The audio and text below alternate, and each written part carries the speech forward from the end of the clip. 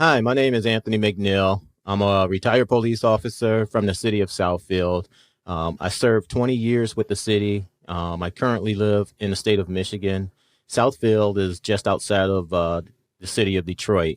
And I retired in 2013 from the city. During my time with the department, I was a patrol officer, a detective. I worked commercial property crimes. I was a hostage negotiator.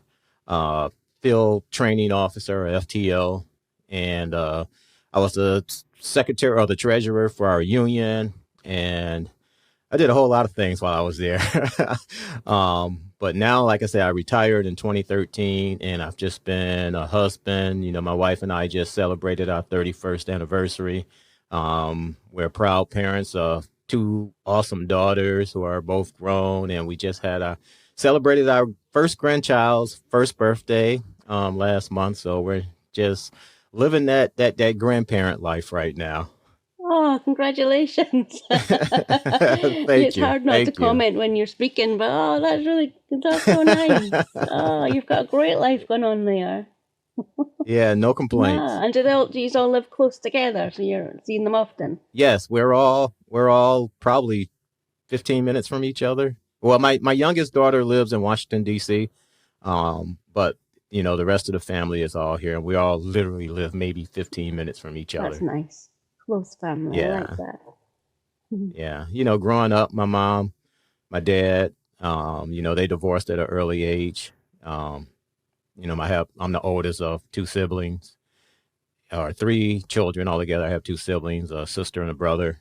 And my sister lives in Atlanta. My brother lives here, again, probably 10 minutes away from me. So, Oh, that's nice. I wish I had that. My sister's down here, my grand's down here now, but the rest of us are kind of scattered about, and it's kind of a few hours to get to each other. So I would like that. yeah. That would be nice.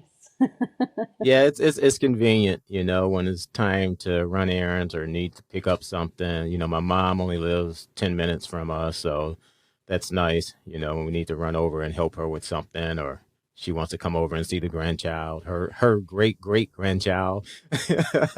But you must be over the moon. Yeah, absolutely. How old is she? Sorry, out of nosiness. My mom, she will be 79 in She's April. still young. 78 or 79. Still Yeah. young. She can really enjoy that. That's Yeah. brilliant. Oh yeah, she's going strong. Yeah. Oh, For her age, she is definitely going oh, strong. that's really good. Oh, okay. So you kind of did mention there about you growing up where you grew up and you grew up with your mum and your brothers. Is there anything else you want to say about that? It's funny, growing up, and I'll go back into my dad when I get into the police part here in a little bit. But my parents, like I say, I was in the ninth grade, I believe it was, when they divorced, and my father was a alcoholic, and when he didn't drink, he was the best father in the world. And I've learned a lot from him, despite the downfalls or the shortcomings that he may have had. I always like to say he taught me how to be a man, and he had his issues like we all do, but when he didn't have a drink, he was the best father on the planet. And it wasn't until, he got the alcohol in him, and that's when, that caused him and my mom to divorce. And, unfortunately, my father passed away um, at the age of 44 due to cancer. Oh, And, it's it's ironic because I was just about to start the academy. Well, I was going through what is called MCO, which is the training process to get into the academy. And he passed away, I think it was 3 days before I was supposed to do that. And I remember doing part of the physical training aspect. I was not in great shape, and I didn't think I could do it. I was ready to give up. And his voice popped into my head and said, "Don't you dare stop." And that's what helped me get through it. oh, God, that's so Yeah. young, but that was lovely that you still had that impact in your life. Yeah, for sure. Absolutely.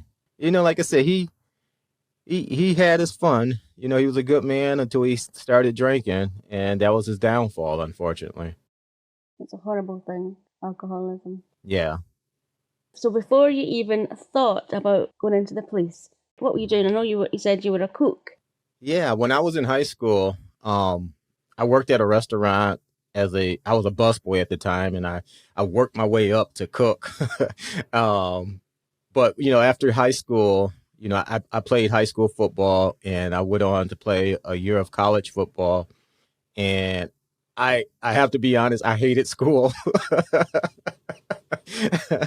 But I ended up tearing up my knee while I was there playing, and I lost interest in school, and I ended up coming back home. And I didn't know what I wanted to do. I did know what I wanted to do. I just didn't know how I was going to do it. And I wanted to own a business. That was something I always wanted to do. I just didn't have the means, the credit, the resources, or anything at the time, because I was 22, 23 years old at the time.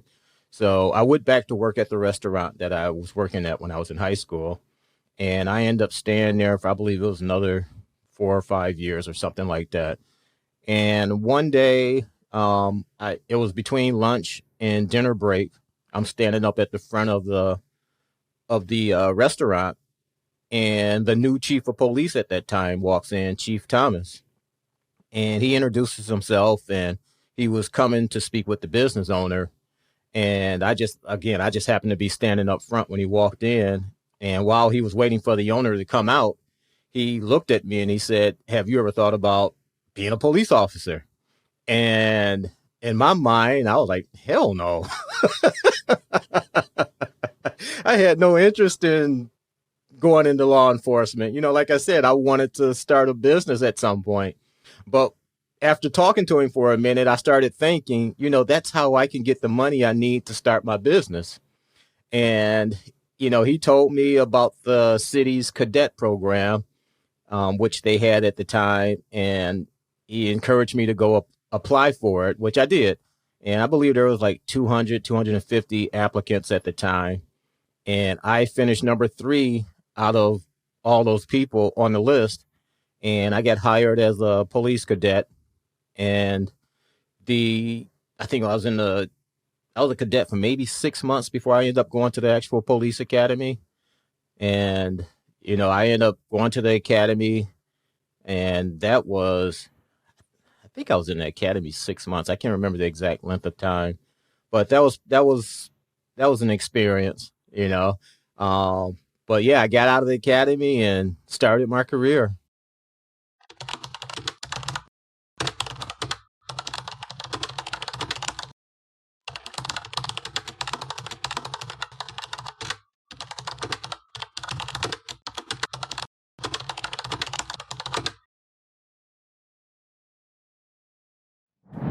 Hi, my name's Steve Keogh. I used to be a police officer.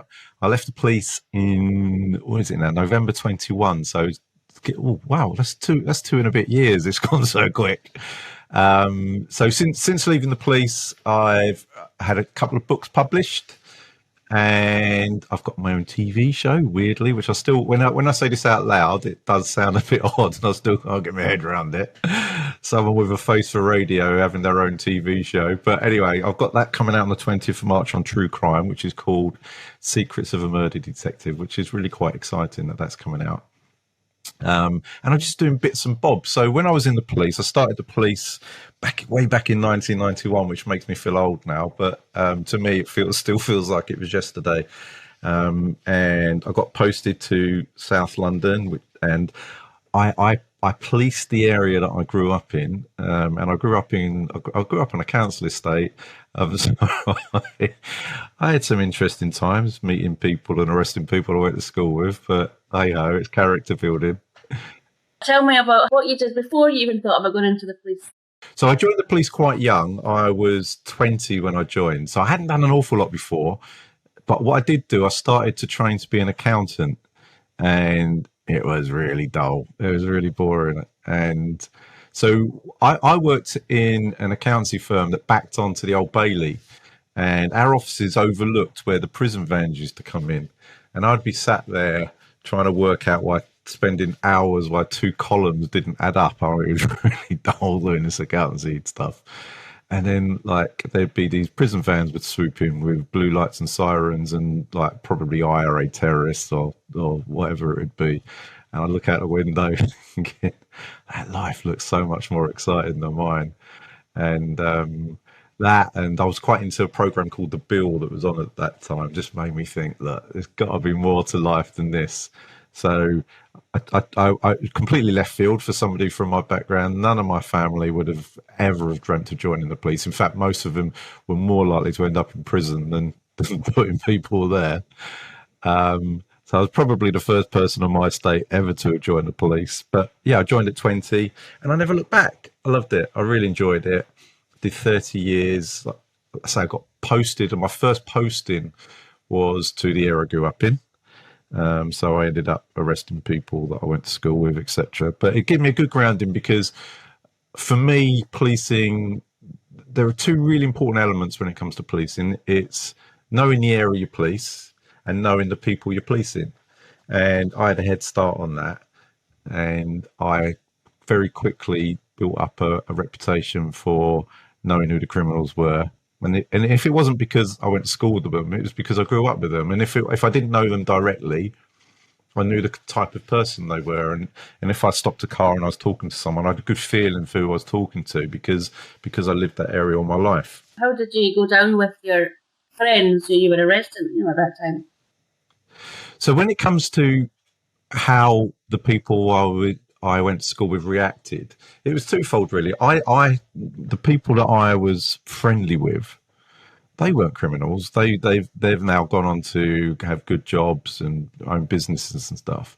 So the ones that took exception to me joining the police, they weren't in my immediate circle. When you're at school, you have friends that you're friends with, and you have other people that you're just acquaintance with because they're in your same class or year. So if they got upset, it didn't really bother me.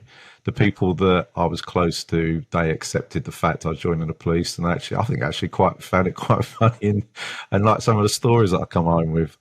So yeah, it caused some friction in terms of like a couple of people are arrested, but like maybe give me a little bit of abuse, but it's water off a duck's back and it didn't bother me at all. What was the training like? How did you get into it? Do you have to do tests or do you just apply? How do you get into being training? When I joined all the way back then, I think things were a bit different to how they are now. So I had to do an application on paper. It wasn't online because nobody had computers back then. Oh, we did, but the computers we used were with these really basic programs so you didn't have anything like email. So I had to do a paper application, send that in. And once you got through that, then you got invited for, it was like a 2-day, and you stayed there. You actually went away and you stayed in Hendon. And I can't remember the exact order of things, but there was a fitness test, which was something like, it was like 1.5 miles in 12 minutes or something like that. So although at the time I thought, well, this isn't bad, compared to what it is now, it's really, really bad because the test to get into the police now, they've really watered it down. But back then, you had to have a fair level of fitness, and you had to do push-ups and sit-ups and jumps and all kinds of things. Then you had to do a medical, and the medical was one of the things that stick in my mind because there was some really weird parts to it, which I look back now, I think, was this necessary? So one of them was you'd have to strip off. And they'd give you these sort of robes to put on, and you'd walk into this room in front of 3 doctors, and you took the robe off, and you stood there stark naked. And so one of the things they would do, they would get you to stand on your toes, so you sort of stood up on your toes. Then you had to turn around, and bend over in front of them, showing them your backside. Steve, was this an initiation or something? So I have no idea what they were looking for, but whatever they were hoping not to find, I obviously didn't have it because they let me in. I don't know what it was. I dread to think, or whether, looking back now on what we know about some of the practices in the past, whether it was just some sort of weird fetish that they had, I don't know. But anyway, whatever it was, you're so keen to join the police. It's like, oh yeah, I'll do that. God knows what I would have done beyond that if they had said to me, because you just want to get in. And and you had an eyesight test, and my eyes weren't very good. So when I walked into the room, I think I was wearing contact lenses at the time, but you had to do a test without contact lenses as well. So the first thing I did when I got in the room was I clocked a line about 4 down. I thought, well, if I can read that one. So I quickly, as I'm talking, I memorized the 4 or 5 letters it was. Yeah. Of the one I thought would be the first one I'd struggle on. So I memorized that. It does sound a bit corrupt, doesn't it? Just joining the police, and Yeah. you try to look. Yeah. I come from the state I come from. There are ways and means of doing things, and so I can say it now. Because what are they going to do? Sack me? Done 30 years. I can take back my 30 years because you failed your eyesight test. But I get through that. Then there was an interview, and the interview. They focused in on the fact of the area that I grew up in, and they seemed to go on about, oh, you must have come across a lot of drugs in your time, and your friends are doing drugs, and you were doing drugs. I'm like, no. And I actually, because the way they did the interviews was, if the closer you lived to, it was Paddington Police Station where we were doing the interviews. So the closer you lived there, the later you were in the interview process. So like there were some people from Ireland, so they interviewed those first so they could get off. And because I lived in London, I was one of the last to go in, and I would have been 19 at the time because I joined just after my 20th birthday at Hendon. So I would have been 19 when I did these interviews, and people would leave the room, do the interviews, and come back in, and there were so many of them were coming back and being told that they'd failed because they needed to go away and get life experience. And when you're 19 and you've got people that are right in their late 20s getting told this, I'm sitting there thinking, wow, I mean, what chance have I got? I mean, I was at school a few weeks ago. And so I went into it quite sort of blasé, really thinking, well, I mean, if they're knocking back all these people on the lack of life experience, I've literally only just come out of school, got no chance. But there and then they tell you whether you passed or failed, and they told me I was in, and I couldn't believe it. You were amenable in the medical. They were like, "Aye, we'll have him. He'll do anything, so we'll have him in." So I went home, and then there was a wait, and I can't remember exactly how long, but it was about 6 to 8 months to wait before you get told that you're joining, that you've got your start date. And I started on the 28th of October, 1991.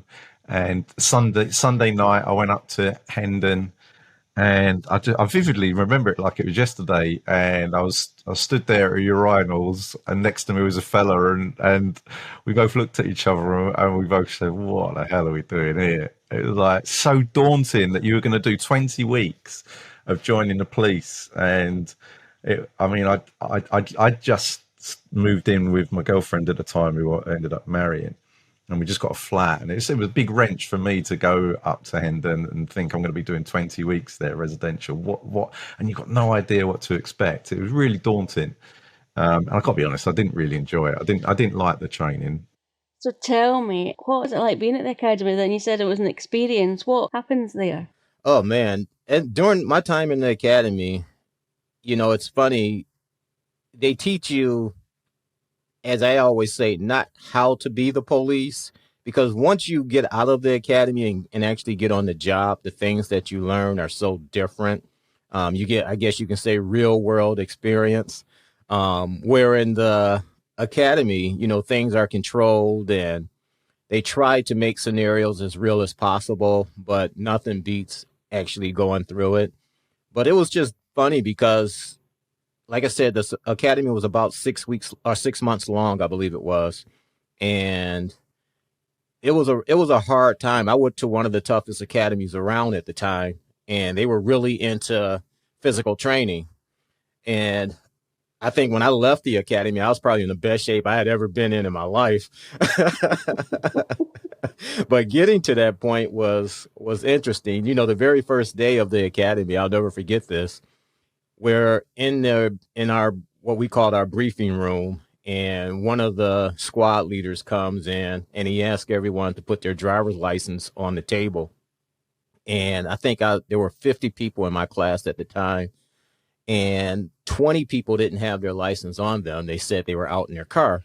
So he asked those 20 to go out and get their license out of the car. and I think maybe 3 came back. Really? Yeah. Yeah. Yeah. Okay. It was a fun time during the academy. I met a lot of cool guys, worked, had that whole experience of just learning what law enforcement was all about. Especially for someone that had no interest in going into law enforcement. It was all so new to me. I didn't have any family members that were ever in the profession or anything like that. So going that route for me, it was all eye opening. And going through the physical training, it was really hard. But halfway through, I started to really realize that I was getting into shape. And and like I said, by the time we were done, I was in probably the best shape I had ever been in my life. And I had a lot of characters in my academy class, and each week we would take turns being the squad leader. And the week that it was my turn, I'll never forget this. I was up all night studying, and I had to be at the academy that morning, I think at like 7 o'clock or something. And I woke up and I couldn't find my car keys. So I'm scrambling, trying to find my keys. I couldn't find them. Once I finally found them, I'm breaking my neck trying to get to the academy, which was about 30, 40 minutes away. And I'm almost there, and I wouldn't have been late, but a train was coming, and a train and a train ended up slowing me down, and I was, I think, 10 minutes late as a result of that. And as I walk in, I just knew the drill. The director looks at me and he just says, "Hit the ground." I think I was doing push-ups the rest of the day. No, no. Yeah. That's the Yeah. punishment. God, no. Yep. Yep. Yeah, I definitely got punished. But it was funny because they played a lot of mind tricks on you during the academy, during like the first 3 to 4 months. And it was to get you ready for the job. And we, again, as someone that had never gone through that, you didn't know what to expect. So the games, the mind games, they kind of mess with you a little bit, but it wasn't until probably 2 months to the end of the academy, that's when it sunk in that why they were doing what they were doing, and it was to prepare you for what you're going to be dealing with once you get out on the street. So I really enjoyed that aspect. And, after I graduated, I had an opportunity to go back and talk to the next group of recruits that was coming in, which was a lot of fun. And that was one of the things I tried to explain to them was, you're going to do things while you're here and you're going to question, why are we doing this? But in the end, it'll all come together. It's kind of like Mr. Miyagi in Karate Kid, when he had him painting the fence and all that. It's like, what does that have to do with karate? Why am I doing this? It was kind of that type thing, but it all worked out in the end. That's a good analogy. And especially because you went into it, not necessarily, this is what you wanted to do, but as a means to an end at the beginning. So it was good that it kind of, clicked in with you that this is good. I want to do this. Yeah. And one important thing I left out about the academy, the very first night that I started the academy, I proposed to my wife,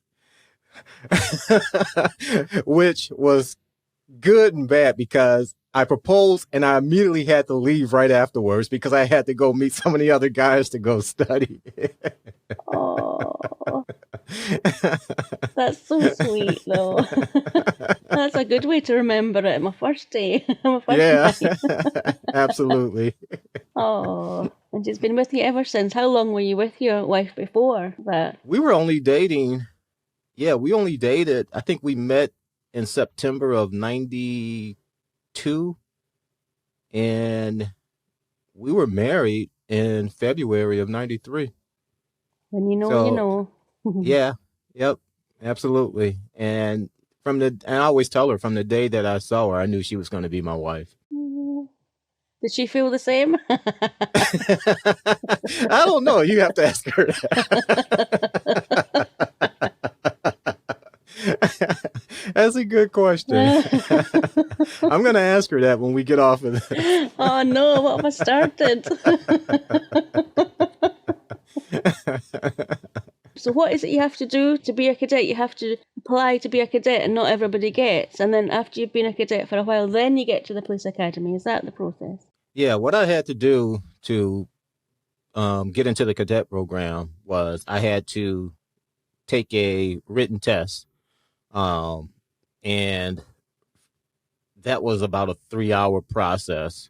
And honestly, I didn't think I passed it. I didn't know how good I did, because there was a lot of things on there that I had never heard of or had any experience with. So it was a really tough test. Apparently, I did good. I like I say, I finished number 3 out of all the people in that session. And once you passed, you made it through the test, then you had to go meet with a psychologist, and you did an interview with the psychologist, and they just wanted to make sure you were stable enough to come on the job and do what you had to do. And from there, it was just going out. The cadet, the cadet program back then is different now, the way the city does it. But back then, it was just kind of a stepping stone to become an officer, because we did a lot of things that really had nothing to do with law enforcement. I remember one day I spent 8 hours sorting football cards that were part of our DARE programs for one of the schools or something. So, you did things like that. Our biggest task was to go out and write parking tickets. But it really was nothing that really taught you or really prepared you. I mean, there were some things, you got to do ride-alongs with officers, so you got to see firsthand what that was like. But for the most part, the cadet program back then, like I said, it was really just a way to get your foot in the door. And, if you were able to do well as a cadet, then they would send you to the academy. And it's the cadet program with the city now is a lot different. They do a lot more things to prepare them to become officers. So it has evolved over the years into a program that it should have been from the beginning. That's interesting. Okay. I'm curious because I'm coming from a background of nothing. It's just I'm interested. So I'm curious to speak to you, how it was for you, and then how it is. It's quite interesting, and you can compare. Yeah. It's in each here in the States, each department that has a cadet type program, I think they're all pretty much ran probably close to the same. They may be called different things in some cities. They may be called explorers, or have different names for them. But at the end of the day, it's all pretty much the same. And we do a lot of the same tasks. It's just really just kind of like the minor leagues to introduce you into the profession. What was some of the things you did then? So there was a lot of academic stuff. So you had to learn the law. You had to learn, for instance, what theft was, the processes for arrest and searching people, and what you can and can't do. There was lots of police have lots of powers, but we don't live in a police state. So one of the things you have to learn is, well, when can I use my powers, and what words do I have to use if I have to inform somebody? So if you're searching somebody for drugs, you have to be able to tell them certain words. And so there's lots of things you have to learn, and learn about firearms and what's an offensive weapon and different types of assaults. There's loads and loads you have to learn. This side I actually found, it came naturally to me, because as I said, I wasn't long out of school. So it was just an extension of school to me. So I didn't really struggle with that at all. There were other people that were older and they'd sort of been in the army and something. I think they really struggled having to suddenly learn loads when they hadn't for a long time. I just found it. I didn't like being away from home. Like I say, I just moved in with my girlfriend at the time, and it was a real wrench for me having to go up there. You having to march everywhere and have your uniform, so everything have to be perfectly ironed, and your shoes have to be shining. It's a hangover from the military, really. I think a lot of what you do, but you get through it, and what you do is you end up. So when I did it, there were four intakes, and you're always looking at the intakes before, thinking, "Oh, I wish I was there, And then the ones that were going out, having their passing out parade, was like, "Wow, they're going out into the big wide world." But eventually, you get through it, and you go out. and you start a police station as like the lowest of the low. It's like you're brand new out. You come out and you just haven't got a clue, really. I mean, although I grew up in the area, it's very different living in an area than policing it. But I adapted to it quite quickly.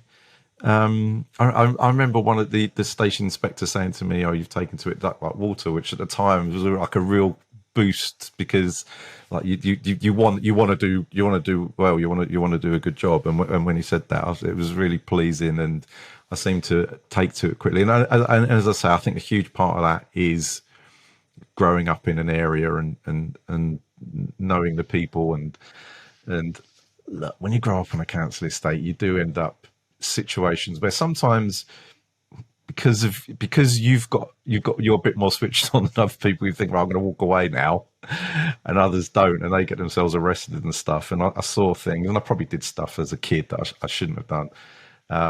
So you just kind of build up a good idea of what the people in the area you are, who they are, what they're doing, what they're up to, what they shouldn't be doing.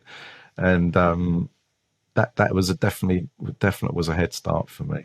So what happens then once you've been at the academy, done your training? Do you get a certificate? Do you get a graduation? What happens? Yeah, once you leave the academy and graduate the academy, you are then officially certified with the state of Michigan to be in law enforcement. And, there's a ceremony that they have for graduation where, your family and friends get to come in and spend time and celebrate with you and things like that. But after that, you go on to your department and you start working. You enter the FTO program, the field training program, and that's where you really learn the job. I can't remember how long the FTO program was. I think it was, I want to say 6 months. But you're on probation for a whole year. And during that 6-month period, you're pretty much an at-will employee. So they really don't need a reason to fire you. Most people make it through the program. And the way the program works is that once you get assigned to an FTO, you bounce around from shift to shift as what we call a FTO, a field training officer. And that's so that you can get exposed to the different things that happen on each shift, because each shift is different. Day shift is different from working nights and things like that. So you bounce around a lot during that period, and you are assigned different FTOs through each step of the program. There are 4 steps, I believe it is, if I remember correctly, to the FTO program. And you have to, each day you're in the car with your recruiting officer, you have to get graded on this whole sheet of tasks that you are to do throughout the day. And, depending on how you get graded, depends on if you pass it or not. And each week, the FTO, the recruiting officers, they hold a meeting and they discuss your performance and where you're lacking and where you can be better. And what some of the things that you're good at. And if you need additional training, then they'll set up training for you to go through scenarios or whatever it is that you're lacking in. They'll set up specific training for you to go through that. But it's a very stressful time because your livelihood is at risk, and you don't know anything coming out of the academy. I mean, once you get on the street, my first day on the street, it was an eye opener. I'll never forget the first traffic stop I made.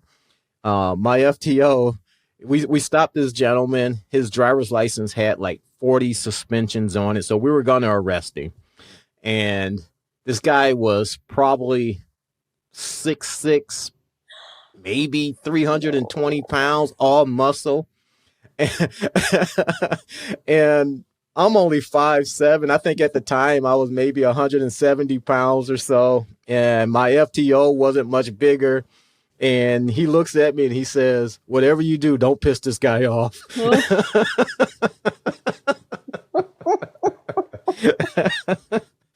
How did you handle that then? How did you go about that? Well, that was one of the things I learned very early, is that you have to learn how to be a good BSer with people, and you have to learn how to schmooze people, and you have to know who you can talk to in certain ways.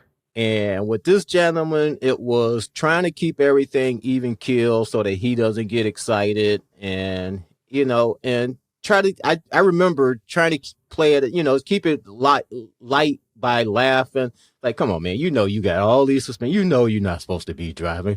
We made a joke out of it. I tried to be human with him, and tried to forget that I was the cop that was arresting him, and tried to be like it was one of his buddies, like, you messed up, you shouldn't have been doing that, and you learn how to interact with people in that way, because who, if things go sideways, it's not going to be good.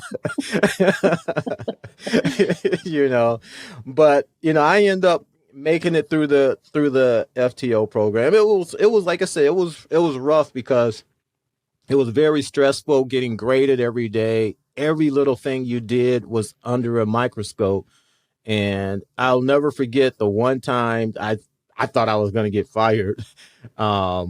We had a run come out about two girls with guns. And we were at one end of the city, and they were all the way at the other end of the city, which was about 7 or 8 miles away. By the time myself and my recruiter got there, some other officers had already stopped these young ladies, and they were searching the car when we pulled up. Now, as a field training officer, you're expected to, when you get on scene, you're expected to take over, because they want to see you perform.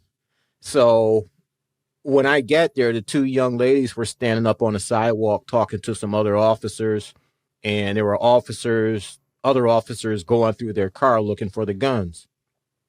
So when we arrived, I went over and I started talking to the girls, got their information, went and talked to some of the other officers. And when it was all over, said and done, we didn't find a gun or anything, but my recruiter, he ended up giving me a 3.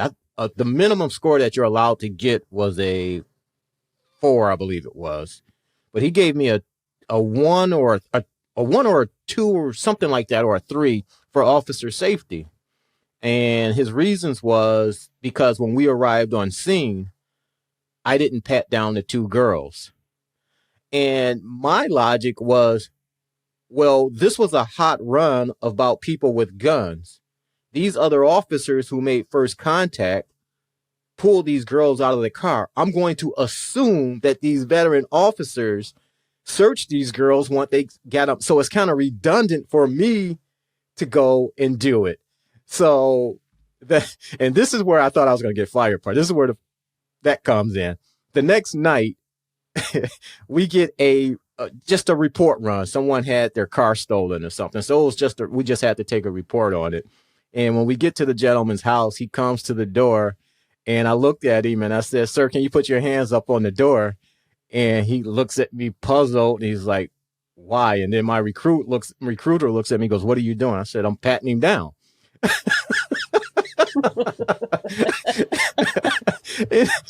he said, "You're taking this a little too far, aren't you?" I said, "Well, I didn't think I needed to pat those girls down yesterday, and I got written up for it, so now I'm going to pat this guy down." How did that go down then? It didn't go down too well. Yeah, we got called back to the station, and I had to have a talk with the lieutenant and everything. And he saw my point. I said, "Honestly, Lieutenant, if we would have been the first car to stop those girls, I would have pat them down. But there were probably 6 other officers there. We arrived 5 minutes after they had already what was the reason I was going to pat them down, other than I'm just in the FTO program?" Yeah. It didn't make sense. If anything, it probably would have made the girls upset because they were already patted down once. So here I am coming 5 minutes later, patting them down again. Yeah. Yeah, that wouldn't go down well with the kiddos. Exactly. No. So, but it was just those types of things throughout the FTO program that were stressful. You really had to be on your P's and Q's. And for me, I'm the type of person, I kind of pick up things relatively quickly. And I was having a ball doing the job at that time because all the stuff was all new to me. And I got through the FTO program with no problems, and I end up making it through my probation, which, like I said, is a year from the time you start the program. Um, but it was just a lot of fun at the time. A lot of stress, not because you're bouncing from shift to shift, not getting a lot of sleep and a lot of rest. Because if you're working nights, you get off at night, then you have to go to court sometimes in the morning, and you could be there for 3-4 hours in the morning. Been up all night, and my wife and I, like I said, we had just gotten married at the time, and when we first had our child, it was just a lot, you know. So that part of it wasn't fun, but once you get to work and the adrenaline hits and everything, that's what keeps you going. So you would come off and you'd work a night shift, come off, and then have to go to court for maybe most of the day, and then go back on a night shift again. Is Yep. that? Yeah. Oh, wow. Okay. When did you sleep? Not a whole lot. Yeah, I Oh, wow. Okay. I usually didn't sleep a whole lot, and later on in my career, it was about 3 years into my career. Um, like I said, I had always wanted to start a business, so I ended up starting that business. I actually left the department after 3 years once I had saved up the money to start the business, and I still have the business to this day. Um, when I was gone, I think I was gone about 14 or 18 months, something like that. And once we got the business up and running, my chief called me and asked me if I wanted to come back to work. And I ended up going back, and I ended up spending the rest of my career there, and we kept the business at the same time. That's a lot. So you had your passing out parade, and then you straight away go in. You knew what police station you were going into. Did you have somebody that you had a supervisor that you would go about with, or were you just out on your own? So what happened when we started out at the police station? You had something that was called street duties, and it was 10 weeks, and so 6 of us joined our police station at the same time, and it was referred to as being puppy walked. So you would, for the first, off the top of my head, something like first 4 or 5 weeks, everywhere you went, you would have one of these tutors with you. And then as you learned to do a few of the bits that they taught you, such as stopping cars and giving poor motorists tickets, you haven't got your seatbelt on, I have to give you a ticket. Like, say, this poor sod has to pay a £30 fine because I'm learning how to write out process books or whatever, fixed penalty notices. And so you do things like that, and they'll take you to like a no entry sign, and again, motorists who are trying to get to work quickly or getting stopped by us and getting tickets and points on their license, just so we can learn how to write out evidence. God, that's mean. And so you do things like that, and then after a while, then they put you out in pairs, so like there's 2 of you out together. And then eventually you're out on your own, and so that by the time you get to your team, you've been through that process, and things are very different back then as well. So nowadays, certainly, I can't even talk for the Metropolitan Police in London because I don't know how all the other police forces work, but back then, uniform officers would deal with all their own prisoners. They'd interview prisoners, they'd take them to court and everything.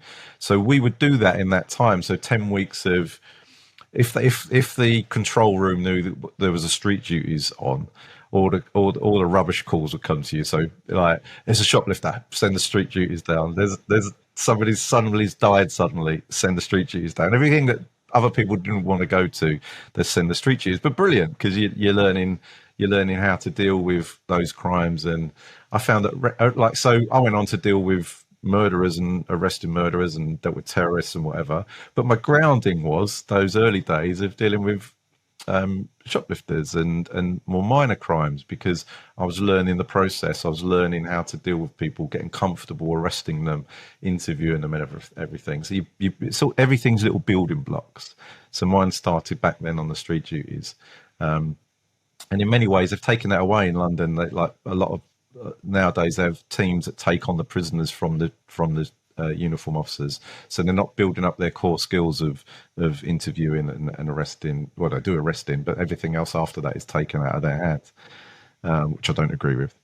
So yeah, so you learn and you build up, and you do, and this is the same as it was back then. You do 2 years probation. So we used to be called a probie. I don't think you're probably called them that anymore because you get called you're bullying or something. I don't know, but I was a probie for 2 years, making the tea, and there was this thing where there would regularly be new probationers coming to a police station, but after we joined, there was like one lot came after us about 6 weeks later, and then none for the whole of my probation. So I was always like the lowest. Like it was, I could never transfer that sort of "you got to make the tea now" to anybody else. So every time you look down, it was like, well, I've got no one to look down to now. It's always me. But yeah. So after about 2 years, early on in my career, I had this idea that I thought I might want to be a dog handler. But then what I sort of gravitated to, what I enjoyed the most was catching criminals. And to me, I mean, I was young at the time. It felt like a game. It was like, I'm going to go out and I'm going to catch people committing crimes. Like, so you'd stop people and you'd find them with weapons or drugs or out burgling or breaking into cars. To me, it was a game. It was like, I'm quite competitive in life anyway. And my competitive side was, when I came on duty, I wanted to go out and catch someone committing a crime. And when you do that, you sort of gravitate towards crime, and the natural progression from that is to become a detective. So back then, what would happen is joining the CID wasn't easy. Now it's almost like a punishment posting. They've got no lack of DCs. They throw people into the CID who don't want to be there. But back then, it was you had to work your way into it. So the way it worked was that you would be invited to apply to join a crime squad.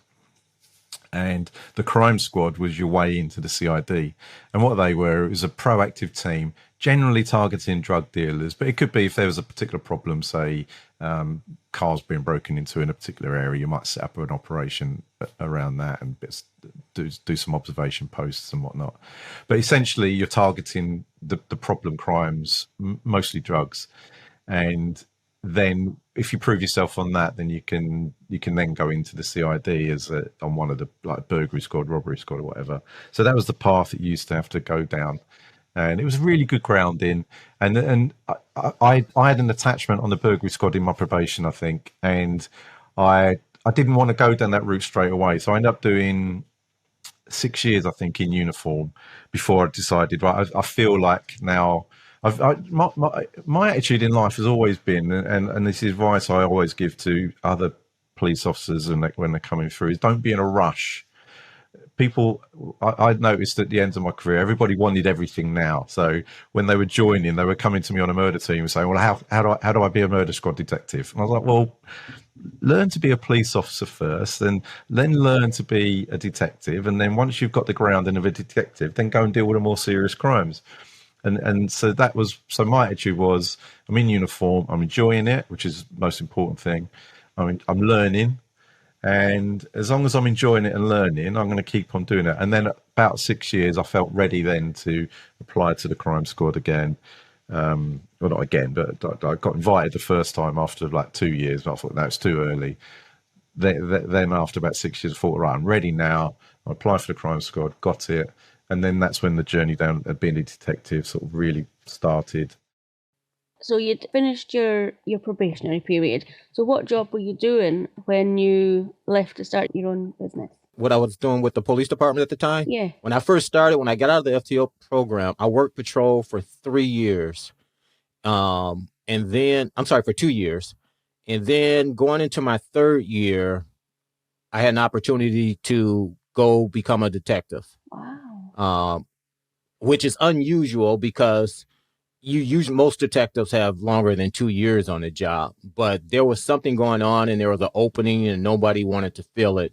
So myself and one other new guy that I had gotten hired with, we were kind of volunteered into that position. I see. Okay. Volunteered. Okay. Yeah.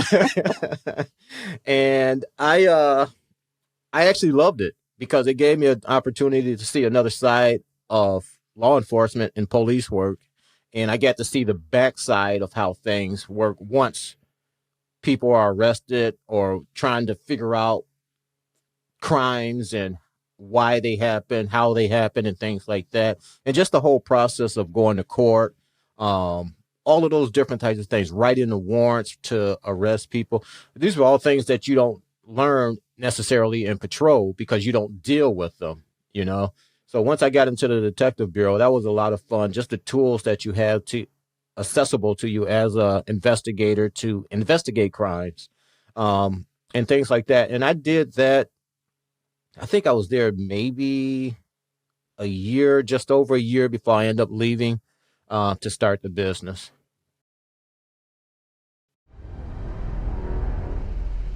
There's other people where you don't even get a chance to explain. It goes from 0 to 100 real quick. We have two types of policing that we refer to, proactive and reactive. By the time I retired, I think we had guns, tasers, flashlights, pepper spray. I was there for the 7/7 bombings and had a huge role to play in that because we were on call at the time. He pulls out a gun there at the desk, and they had a shootout at the front desk. So we call it the Valentine's Day Massacre. And I got a proper kick in, and I turned up with 2 black eyes back home. For a lot of guys, especially the younger guys, when you put the uniform on, you feel powerful. That's something that a lot of officers need to learn.